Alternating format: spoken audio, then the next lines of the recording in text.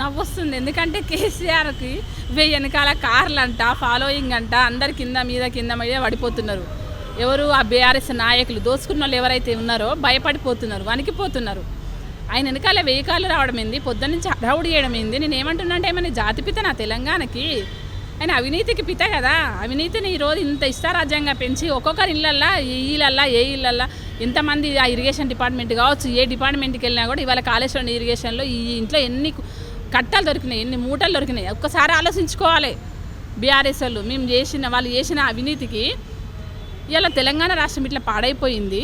ఇవాళ మేమెందుకు ఇంత హడావుడి చేస్తున్నాం అనేది వాళ్ళు ఆలోచించుకోవాలి. విచిత్రం అనిపిస్తుందంటే హడావుడి చూస్తుంటే, ఇప్పుడు కమిషన్ ముందు ఇవాళ కేసీఆర్ హాజరవుతుంటే ఇంత హంగామా అవసరమా అని చెప్తున్న బీఆర్ఎస్ వాళ్ళకి.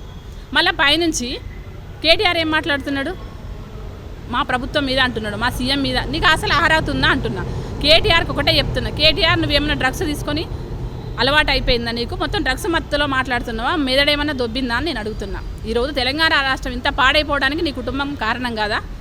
కేసీఆర్ కాళేశ్వరం పేరు మీద ఎన్ని నిధులను దుర్వినియోగం చేసిండు, ఎన్ని అబద్ధాలు ఆడుతున్నారు. దానిలో సంబంధం ఉన్న 115 మంది తీసుకున్న దాంట్లో నువ్వు లాస్ట్ కేసీఆర్ది తీసుకున్నది. ఎంత అబద్ధాలు ఆడిళ్ళు. ఒక పక్కనేమో ఫోన్ ట్యాపింగ్, అది అల్లా కల్లోలం అయిపోతున్నాయి అందరి జీవితాలు. ఇటు పక్క నిధులు దుర్వినియోగం చేసేళ్ళు కాళేశ్వరం పేరు చెప్పి.